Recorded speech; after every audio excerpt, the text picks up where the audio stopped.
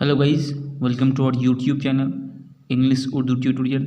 तो आज इस वीडियो में मैं क्लास 10 हिस्ट्री चैप्टर 2 के कुछ इम्पोर्टेंट एसक्यूज आप लोगों को बताने वाला हूँ। मैं चैप्टर 1 के एसक्यूज पर भी एक वीडियो बना चुका हूँ, तो अगर आप लोग उसको देखना चाहते हैं तो मैं उस वीडियो का जो लिंक है वो डिस्क्रिप्शन बॉक्स में दे दूँगा, तो आप लोग वहाँ पर जाके देख सकते हैं। तो चलिए शुरू करते हैं। एक नंबर, हु वाज लाल फ़कीर। तो जवाब, लाल फ़कीर एक इंसान नवाज फ़कीर और बाउल सॉन्ग लिखने वाला था। ठीक है, एक इंसान नवाज बहुत ही अच्छे इंसान और फ़कीर थे और बाउल सॉन्ग लिखने वाला था, मतलब एक तरह का सॉन्ग है बाउल सॉन्ग, तो उसका लिखने वाला भी था वो। Who was writer of history of Bengal. तो इसका राइटर कौन है? तो जवाब, बंगाल की तारीख के मुसन्निफ JN सरकार हैं। नंबर 3,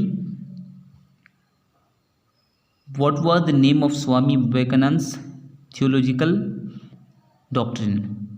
मतलब उनकी ख्याली पॉलिसी क्या थे स्वामी विवेकानंद का। तो स्वामी विवेकानंद के थियोलॉजिकल डॉक्ट्रिन का नाम न्यू वेदांता है।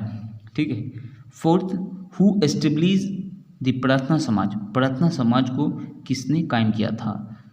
तो जवाब, आत्माराम पंडुरांग ने प्रार्थना समाज कायम किया था। फिफ्थ, वेयर वाज द प्रार्थना समाज एस्टेब्लिश। प्रार्थना समाज कहाँ पर कायम किया गया था? तो जवाब, प्रार्थना समाज का कयाम महाराष्ट्र में हुआ था। क्वेश्चन नंबर 6, हु वाज विजय कृष्णा गोस्वामी। जवाब, विजय कृष्णा गोस्वामी ब्रह्मो अस्लाकार के तौर पर मशहूर है। ठीक है, ब्रह्मो अस्लाकार है, वो रिफॉर्मर है। 7 नंबर सवाल, व्हेन वाज ब्राह्मी समाज एस्टेब्लिश। ब्राह्मी समाज कब कायम किया गया था? तो जवाब, ब्राह्मी समाज का कयाम 1830 AD में अमल में आया था या कायम किया गया था। 8 number question, who was the leader of the widow remarriage movement. तो द विडो रीमैरिज मूवमेंट के लीडर कौन थे?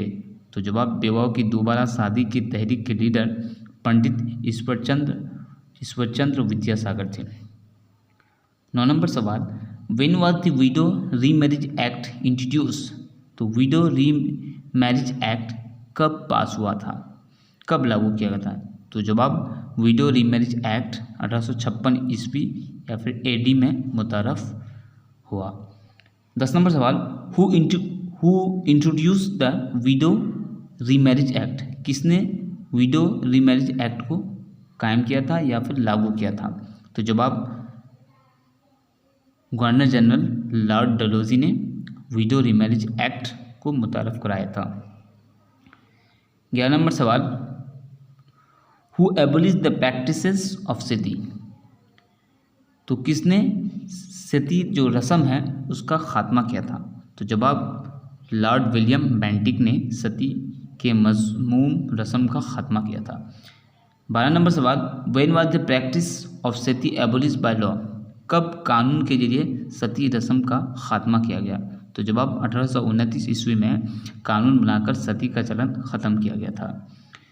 13 नंबर सवाल, हु स्टार्टेड ये movement against the practices of sati. तो सती के खिलाफ किसने तहरीक शुरू किया था? तो जवाब, राजा राम मोहन रॉय ने सती के मजमूम रस्म के खिलाफ तहरीक चलाई थी।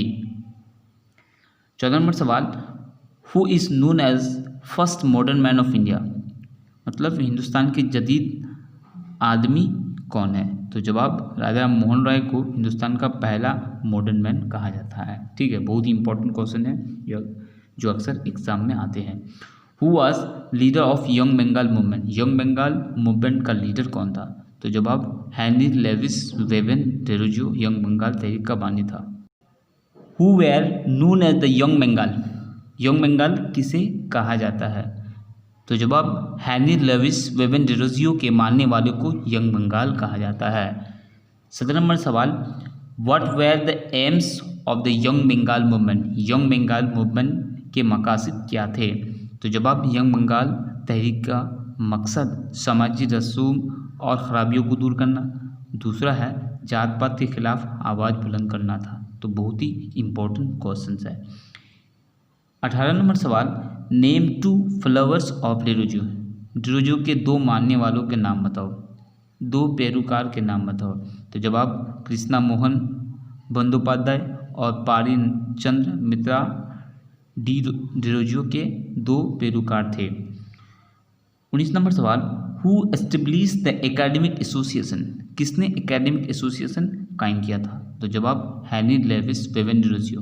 तो इसको हम शॉर्ट में डिरोजियो का नाम क्या कहते हैं? डिरोजियो। तो इसका पूरा नाम है हेनरी लेविस बेवन डिरोजियो ने एकेडमिक एसोसिएशन कायम किया था। 20 नंबर सवाल, हु वाज हाजी मोहम्मद मोहसिन। हाजी मोहम्मद मोहसिन कौन था? तो जवाब हाजी मोहम्मद मोहसिन 19वीं सदी के एक बड़े माहिर तालीम मतलब एक एजुकेशनिस्ट था और समाज सलाहकार और सोशल रिफॉर्मर था। 21 नंबर सवाल, when was the Indian university commission form. When was the Indian university commission form. Indian university commission कब बनी थी? तो जवाब 1902 ईस्वी में इंडियन यूनिवर्सिटी कमीशन की तश्कील अमल में आई। 22 नंबर सवाल, name 2 Indian member of the Indian university commission. तो इंडियन यूनिवर्सिटी कमीशन के 2 इंडियन मेंबर के नाम बताओ।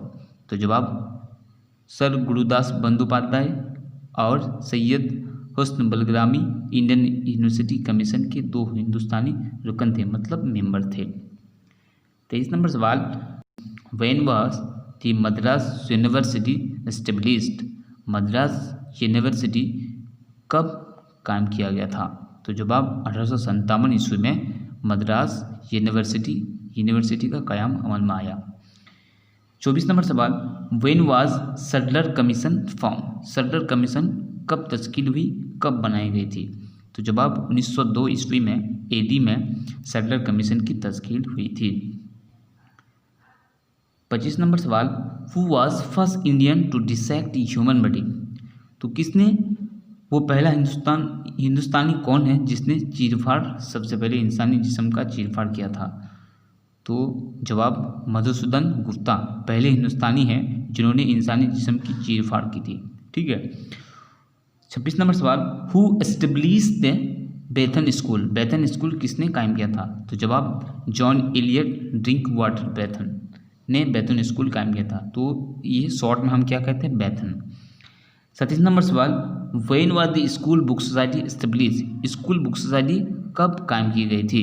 तो जवाब 1817 ईस्वी में स्कूल बुक सोसाइटी कायम की गई थी। 28 नंबर सवाल, who establish the school book society. किसने स्कूल बुक सोसाइटी कायम किया था? तो जवाब डेविड हियर ने स्कूल बुक सोसाइटी कायम किया था। तो बहुत ही इंपॉर्टेंट क्वेश्चन है। 29 नंबर सवाल, what is meant by renaissance the Bengal.